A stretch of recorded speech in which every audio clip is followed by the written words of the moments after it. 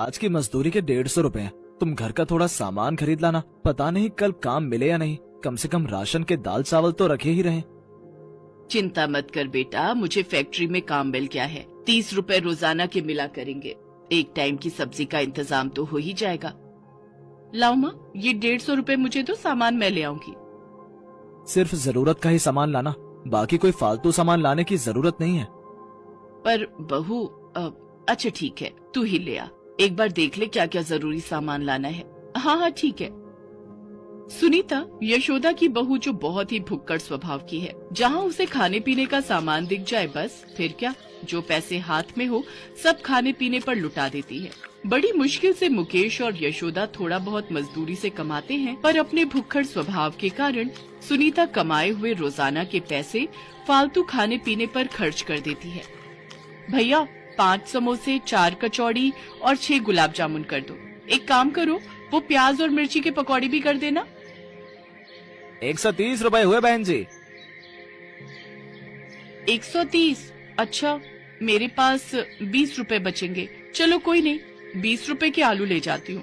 1 kilo आलू की सब्जी ढेर सारी बन जाएगी। हाँ ये लो भैया, आज तो मजा आ जाएगा। मौसम भी सुहाना है, ठंडी हवाएं चल रही है, लगता है बारिश होगी। और बारिश में पकौड़े, समोसे और कचौड़ी के साथ साथ गुलाब जामुन खाने का अलग ही मजा होता है। सुनीता घर पहुंचती है। मुकेश काम पर गया हुआ था। यशोदा ने सुनीता से पूछा कि सामान कहाँ है, तो उसने हलवाई से खरीदे मिठाई समोसे आगे कर दिए। ये सब क्या है सुनीता बहू, तुमने कल ही तो छोले भटूरे और पूड़ी आलू की सब्जी खरीद कर खाई थी। ऐसे रोजाना बाजार की चीजें खरीद खरीद कर खाना कितना पैसा खर्च होता है। तुमने 130 का ये सामान खरीद लिया, 20 रुपए में आलू ले आई। अब बताओ, 2-3 दिन का खर्चा गया ना। क्या माँ जी, इतने स्वादिष्ट समोसे और गुलाब जामुन कचौड़ी देखकर मेरे तो मुंह में पानी आ रहा है। आप बीच में ये पैसों की बात मत लाओ, चुपचाप खाने दो, बहुत जोरों की भूख लगी है। और देखो, बारिश के मौसम में तो सब कुछ बहुत ही लाजवाब लग रहा है। आप भी एक समोसा ले सकती हो। वैसे आप आधा ही खाओ, आपको वैसे भी ब्लड प्रेशर रहता है ना। बस फिर क्या था, सुनीता ने थाली सजाई और फटाफट खाने के लिए बैठ गई। और कुछ ही मिनटों में उसने सब कुछ खाकर खत्म कर दिया। शाम को जब मुकेश आया तो उसने देखा सिर्फ आलू की सब्जी बनी है। क्या बात है सुनीता, आज आलू में ना टमाटर है, ना प्याज है, ना अदरक लहसुन। तुमने ऐसे ही नमक मिर्च डालकर आलू बना दिए। कम से कम जीरा तो डाल देती। कहाँ से डालेगी, घर में कुछ होगा तभी तो। सारे पैसे तो इसने फालतू की हलवाई की दुकान से सामान खरीदने में लगा दिए। जब देखो खाने में ध्यान रहता है। घर का एक सामान खरीदने में पैसे खर्च नहीं करती है, सारे पैसे खाने में ही खर्च करने हैं। सुनीता, तुम्हें पता था ना कि ये पैसे घर के सामान के थे, फिर भी तुमने कुछ ही पलों में सारे पैसे खर्च कर दिए। तो क्या हुआ, अब ये शरीर खाने के लिए बना है तो मैं खाऊंगी ना। इसमें इतना बुरा मानने वाली कौन सी बात है। सुनीता अक्सर ऐसा ही करती थी, जब देखो तब कुछ न कुछ खाते रहना। इस बात से यशोदा बहुत परेशान रहती थी। अब सुनीता भी अपनी सास और पति के ताने सुन सुन कर तंग आ गई। एक दिन सुनीता को एक साधु बाबा मिले। सुनीता ने उनसे अपनी परेशानी कही तो साधु बाबा ने सुनीता को एक पतीला दिया और बोले, बेटी, इस बात को याद रखना, ये पतीला दिन में सिर्फ 3 समय के भोजन में ही उपयोग करना है। एक दिन में यदि 3 से अधिक समय इसका उपयोग हुआ तो फिर बहुत बड़ी परेशानी आ जाएगी। 3 समय में इस पतीले में जितना भोजन मांग लेना है मांग लेना। ये 3 समय का भोजन तुम्हें उपलब्ध करा देगा, पर उससे अधिक अगर तुमने इसका इस्तेमाल किया तो फिर तुम बहुत ही बड़ी मुसीबत में आ जाओगी। ठीक है बाबा, मैं इस बात का ध्यान रखूंगी। वैसे भी मुझे तीनों समय ढेर सारा भोजन मिल जाएगा, मैं तो उसी में ही खुश हूँ। साधु बाबा से पतीला लेकर सुनीता घर आ जाती है।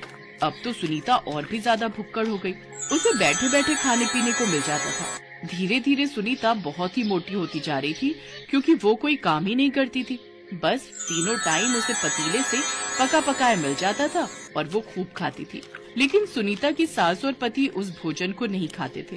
वो रूखा सूखा जो भी बनाते थे बस उसी से ही पेट भर लेते थे। जादुई पतीले, अब तो रात हो गई है। मुझे बढ़िया सा राजमा चावल, बैंगन का भरता और गरम गरम तंदूरी रोटी के साथ आइसक्रीम, रबड़ी और खीर भी। हाँ, ये सब चाहिए। देखते ही देखते जादुई पतीले से सारे पकवान सामने आ जाते हैं और फिर क्या, सुनीता गपा गप सारे पकवान खाने लगती है। अरे माँ जी, आओ ना, आप भी मेरे साथ खाओ। सुनो जी, देखो ना कितने बढ़िया स्वादिष्ट राजमा और बैंगन का भरता है। वैसे ये सिर्फ मेरे अकेले के लिए ही काफी होगा, फिर भी मैं आप दोनों को थोड़ा थोड़ा दे सकती हूँ। नहीं बहू, इस उम्र में इतने भारी पकवान मुझे हजम नहीं होते। मेरे लिए तो सूखी रोटी और चटनी ही बहुत है, क्योंकि वो मेहनत की कमाई है। माँ सही कह रही है सुनीता, ये पकवान तुम्हें ही मुबारक हो, मुझे नहीं खाना। मैं तो माँ के हाथ की रोटी और चटनी खाकर बहुत खुश हूँ। ठीक है, जैसी तुम्हारी मर्जी, मैं तो मजे लेकर खाऊंगी। सुनीता अब तो हर समय खाने में ही ध्यान रखती थी। उसने सब तरफ देखना छोड़ दिया था। बेचारी यशोदा और मुकेश चुपचाप सारा तमाशा देखते रहते थे। एक दिन सुनीता पुरानी सहेली को मिलने के लिए घर बुलाती है, ताकि वो अपनी सहेली के सामने खाने पीने की चीजों का घमंड दिखा सके। अरे तू बैठ, मैं तेरे लिए बढ़िया पकवान बनाती हूँ। ये देख, मेरे पास एक जादुई पतीला है, मैं तुझे इसका जादू दिखाती हूँ। अच्छा, क्या जादू दिखाएगी, मैं भी तो देखूं। अच्छा बता, क्या खाएगी? सबसे पहले मैं तुझे क्या खिलाऊं? अच्छा ये बात है, पहले तो तेरे घर जब भी आओ चाय भी बड़ी मुश्किल से मिलती थी। आज तो तू बड़ी खातिरदारी करने की बात कह रही है। चल ठीक है, तो तू मेरे लिए जलेबी और पाव भाजी ऑर्डर कर, बहुत मन है। बस यही दो चीजें? चल ठीक है, जादुई पतीले, जल्दी से जलेबी और पाव भाजी मेरी सहेली के लिए हाजिर करो। सहेली के सामने दिखावा करते हुए सुनीता को याद ही नहीं रहा कि वो पतीले का इस्तेमाल 3 बार कर चुकी है। वो चौथी बार फिर से पतीले का इस्तेमाल करने लगती है। बस यार, बहुत खा लिया, अब तो बस लास्ट में मेरा मन कर रहा है एक गिलास मिल्क शेक मिल जाए तो बस जिंदगी का मजा आ जाए। हाँ, तो इसमें कौन सी परेशानी की बात है? रुक, मैं अभी पतीले से मिल्क शेक बनाने के लिए कहती हूँ। जादुई पतीले, जल्दी से मेरे सामने मिल्क शेक हाजिर हो जाए, वो भी बढ़िया बादाम काजू किशमिश वाला। सुनीता तो बड़ी खुशी से पतीले से मिल्क शेक बोल बैठी थी, पर उसे याद नहीं रहा कि वो चौथी बार इस्तेमाल नहीं करना। पतीले में से मिल्क शेक बनकर बाहर बहने लगता है। ये देखकर सुनीता और उसकी सहेली डर जाते हैं। सुनीता, पतीले में से तो मिल्क शेक बहता ही जा रहा है, अरे इसे रोक वरना सब तरफ दूध ही दूध फैल जाएगा, दूध की नदी बन जाएगी। अरे पतीले बस करो, इतना मिल्क शेक थोड़ी बोला था। अरे रुक भी जा। सुनीता, इससे पहले कि तुम्हारे घर में दूध की बाढ़ आ जाए, मैं यहाँ से भाग रही हूँ। बाय बाय, अपना ख्याल रखना, तुम जिंदा रही तो फिर मिलेंगे। पतीले में से लगातार मिल्क शेक बहता ही जा रहा था। देखते ही देखते कमरा मिल्क शेक से भरने लगा। सुनीता का वजन खा खा कर इतना भारी हो चुका था कि वो ठीक से उठकर कमरे से दौड़ भी नहीं पा रही थी। वो मिल्क शेक की बाढ़ में डूबने लगी, तभी यशोदा और मुकेश मजदूरी करके लौटे थे। हे भगवान, ये क्या हो गया, हमारा तो घर डूब रहा है। अरे सुनीता तो डूब जाएगी, कोई बचाओ, कोई बचाओ।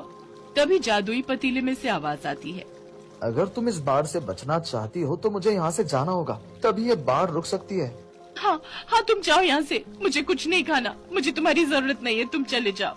सुनीता देखती है उसके ऐसा कहते ही जादुई पतीला वहाँ से गायब हो जाता है और उसके साथ ही सब कुछ पहले जैसा हो जाता है। सुनीता रोने लगती है।